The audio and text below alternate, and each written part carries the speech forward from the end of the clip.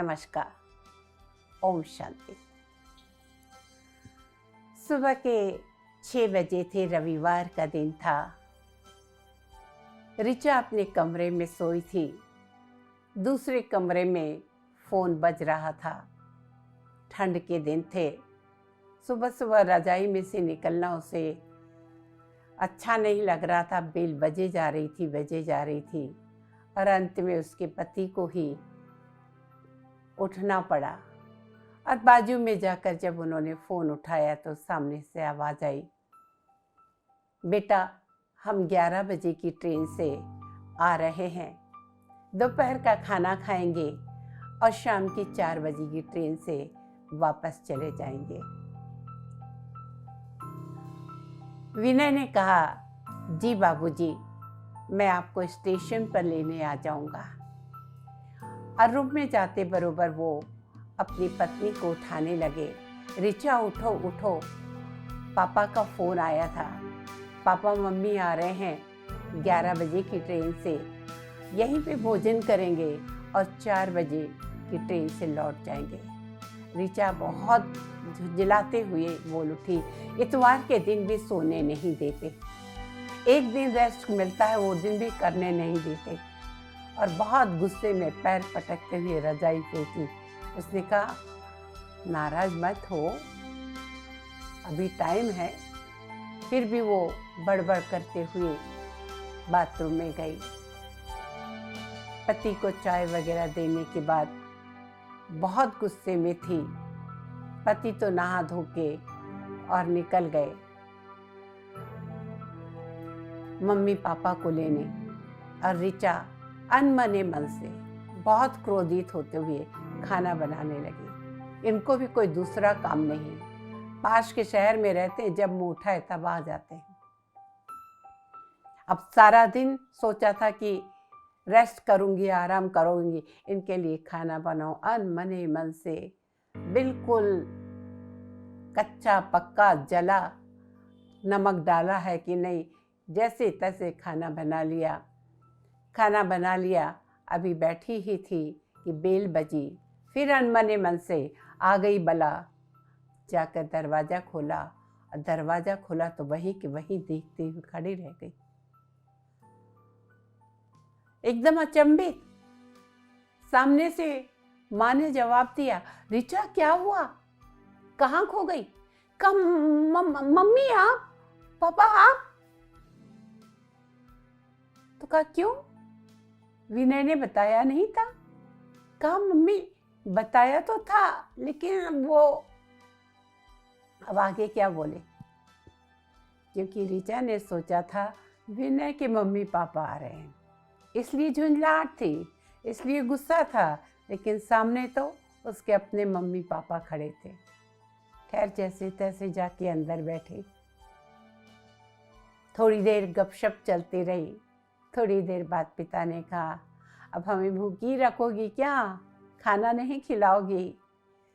और रिचा अंदर ही अंदर बहुत शर्मिंदा होते हुए, जो कच्चा पक्का जला कैसा बना था भोजन, वो उसने परोस दिया। माता पिता भोजन कर रहे थे, विनय भी भोजन कर रहा था, मन ही मन मुस्कुरा भी रहा था। लेकिन भोजन करने के बाद रिचा की मम्मी से रहा नहीं गया। विनय भी बोला, मैं कुछ देर में आता हूँ पापा, फिर आपको स्टेशन छोड़ने चलूँगा। विनय की जाने के बाद रिचा की मम्मी ने पूछा, रिचा क्या बात है, तू कुछ खोई खोई सी नजर आ रही है। जिस बच्ची के हाथ का खाना खाने के लिए पूरा घर ललायित होता था कि कब तुम खाना बनाओगी, आज तुमने ये कैसा खाना बनाया? रोटी जली हुई, पराठे जले हुए, सब्जी में नमक ज़्यादा, दाल में पानी ज़्यादा। कहा, कुछ नहीं मम्मी। कहा, नहीं कुछ तो बात है। और तब रिचा रोक नहीं पाई और माँ की गोद में सिर रख के रोने लगी। मम्मी, विनय ने बताया तो था कि मम्मी पापा आ रहे थे, लेकिन ये नहीं बताया था कि आप आ रहे हैं, मुझे लगा विनय के मम्मी पापा आ रहे हैं। और तब उसकी माँ ने बड़े प्रेम से उसके गाल पे हाथ फेरते कहा, बेटा यही गलतियां तो आजकल की बच्चियां कर रही हैं। ये मेरे हैं, ये पराए हैं। अब तो जिंदगी भर तुम्हें इसी घर में रहना है। तुम्हें लगा कि विनय के माता पिता आ रहे हैं तो कुछ भी बना दिया।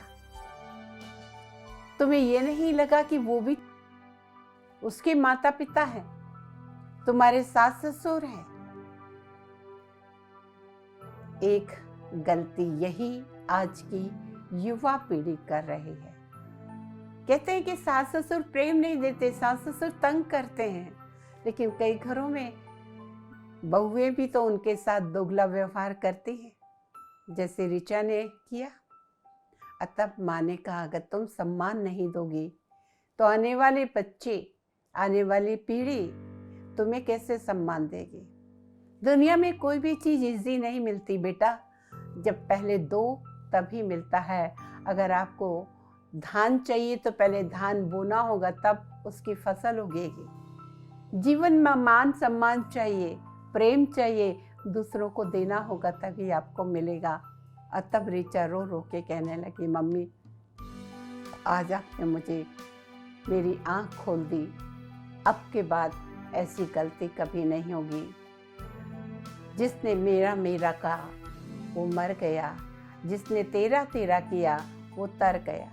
मेरा क्या है, सब कुछ तो परमात्मा का है। गीता में क्या लिखा है, क्या लेकर आए थे क्या लेकर जाओगे। जो कुछ आए थे यही मिला था और यही छूट जाएगा। ये इनके हैं, ये मेरे हैं, ये पराए हैं, सभी तो अपने हैं। हमारे भी देश में तो कहावत है, वसुधैव कुटुंबकम।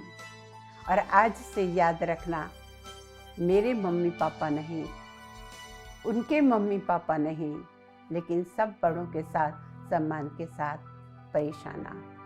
ऋचा की आंखें खुल गई थी। आप अपने बच्चों को ऐसे संस्कार दें ताकि आपको भी किसी बात में सिर नीचा ना करना पड़े और आने वाली जनरेशन उनके साथ भी ऐसा व्यवहार ना करे कि उन्हें कल दुख हो। इसी के साथ बस इतना ही। नमस्कार, ओम शांति।